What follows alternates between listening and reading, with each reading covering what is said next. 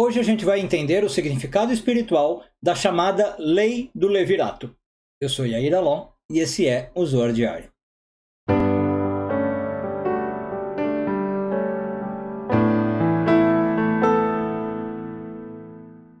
Essa semana continuamos a ler a porção de Hukat, hoje focando nos parágrafos de 8 a 10 do Zohar, nono ano de leitura.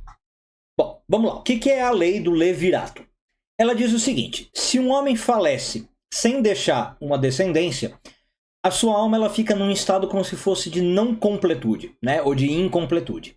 Então a tradição judaica e a Torá vai pedir que a alma do falecido ela ganhava uma certa paz por essa incompletude através da continuidade que um irmão pudesse dar para ela. Como? O irmão se casaria com a viúva, né? E geraria filhos no lugar do falecido. E aí, claro que isso era uma ferramenta de garantir a perpetuação do nome social, né, daquele falecido e espiritualmente da alma do falecido. Então era um mecanismo importante numa época que um povo era muito pequeno, né? Você morrer sem deixar filhos era negativo, surgiu essa lei do levirato. Bom, aí agora a Kabbalah vem e começa a explicar um pouco o significado espiritual por trás disso. E o Zohar diz para nós que, na verdade, o sentido dessa lei está ligado à correção do que a gente chama o pecado original, né? O pecado original, claro, de Adão e Eva. Então, depois do pecado original, tanto o homem como a mulher, ou o masculino e o feminino, se você quiser pensar assim, receberam tarefas como parte específica do plano de correção divina. Tem coisas que o masculino faz, tem coisas que o feminino faz. Então, quando você vê lá depois da queda do Éden, Deus aparece para a mulher e fala o seguinte: olha, agora, a partir de agora você vai ter dor na hora de parir, né? Na hora de dar à luz. E claro que isso é simbólico. E para o homem ele fala: você tem que ter agora um trabalho árduo para conseguir o pão, que é o mesmo simbolismo, para conseguir alguma luz. Tá? E esses são entendidos como os processos de correção que a gente tem que fazer. Bom, o homem, ele representa na Kabbalah o Tseir Anpin, o que a gente chama a união daquelas 6 firot da árvore da vida. E ele então deve trabalhar duro para ganhar a luz divina. Quer dizer, ele tem que conseguir se conectar com a parte de cima da árvore da vida, e isso não é algo fácil de fazer. É isso que significa ganhar o pão com o suor do seu rosto, né? De que vai ser algo esforçado. O pão, claro, como eu falei, representando a luz que você ganha. E aí é função do homem compartilhar essa luz com a sua esposa, com o feminino, que representa a Malhut. A Malhut, então, ela para ganhar a luz, ela, além de ser mais difícil, tá? Nesse sentido, ela tem a dor, que isso não é necessariamente uma função do masculino. Bom, e aí quando você faz essa união de Tseir Anpin e Malhut, você faz o que a gente chama um zivug, uma cópula espiritual, uma unificação espiritual, e que obviamente ajuda ao indivíduo, ao mundo, porque traz luz para o mundo todo. Bom, agora, para além desses detalhes um pouco mais técnicos, o que isso significa na prática? O ensinamento prático dessa parte do Zohar é a gente dar a valorização à continuidade das coisas. Essa continuidade ela se aplica em todas as áreas, mas em especial à família, né? Então a gente às vezes, não sei, eu tenho essa impressão, a gente é uma geração muito do descontínuo, né? A gente faz as coisas extremamente descartáveis. Tá? Não só produtos, e isso realmente é uma marca do consumismo atual, a gente faz coisas que têm um prazo de validade específico, depois de, sei lá, 5, 10 anos a coisa não vale mais, né?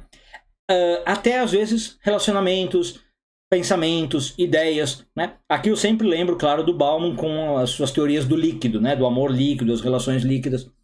Então, o Zohar vem trazer um pouco a ideia da importância de você dar continuidade na geração das coisas. Você fazer coisas que vão durar o máximo possível. Suas obras, seus feitos, seu trabalho e também, claro, a família. Dar continuidade para a família.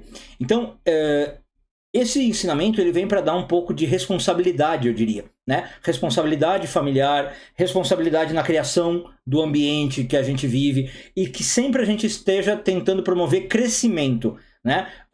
Manutenção e sustentação das coisas e não ao contrário, não o descarte, tá? Bom, obviamente que aqui também aparece a ideia de você trabalhar para o bem comum, eu diria assim. Por quê? Quando o irmão tinha que casar com a esposa com a viúva, né? Com a viúva do falecido para dar continuidade, veja, ele nem tinha casado. O casamento não era ele, não envolvia ele, mas ele está fazendo em prol do outro. A ideia simbólica é essa. Então, muitas vezes a gente faz trabalhos não porque eu estou envolvido ou porque eu vou ganhar alguma coisa, mas porque a gente está fazendo de bondade, como um ato de caridade. Tá? E aí, nesse sentido, veja que tem aí uma coisa de você reconhecer o valor do trabalho e do esforço pessoal do outro. Né? Ou seja, eu percebi que o meu irmão fazia um trabalho, ele não pôde continuar e agora eu vou continuar. Então, não fazer as coisas só como uma obrigação, só porque eu preciso e só porque eu estou envolvido naquilo, mas como uma parte do processo de correção espiritual, sabendo que isso está beneficiando a todo ambiente.